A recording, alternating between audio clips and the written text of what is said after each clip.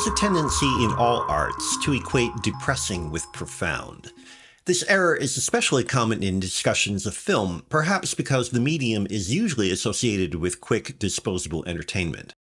And if a filmmaker is consistently downbeat, there's a good chance his or her work will be taken more seriously than it deserves.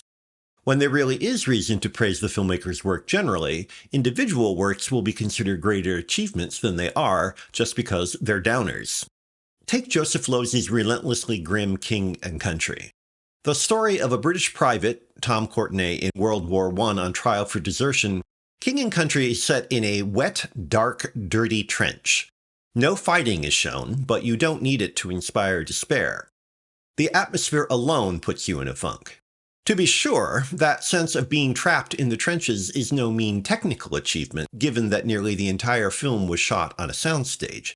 Still, you can't help wondering how all involved kept from slashing their wrists before the film was completed. That World War I was no picnic is not exactly news. Therefore, to warrant interest, much less praise, the film should provide something beyond what we already know. What, then, is unique about this take on that cataclysm? Is Private Hamp, Courtenay, meant as some kind of everyman? If so, what conclusions can we make from the farcical ritual of his trial and execution? Or is he meant to be a simple individual caught in the wheels of a system that grinds everyone into dust? If so, he is not a terribly interesting one because we know little about him.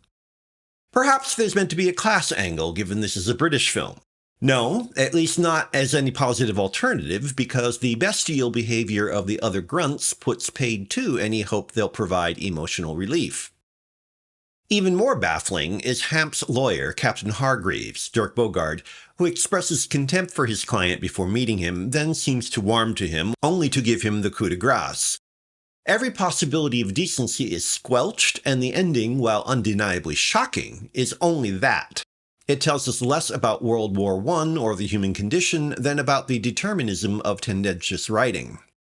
For all the gloom, there's nothing particularly insightful about King and Country. It seems to exist solely to be gloomy.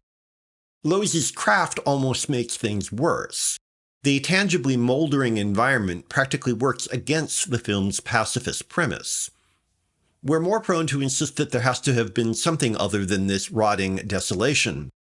How about a friendship, for example? By denying the possibility of any behavior more positive than aloof detachment, King and Country makes you want to fight back against the film, not any dehumanizing system. Assuming, of course, that is what the film is about. That you cannot be sure pretty ably contradicts any justification for praise.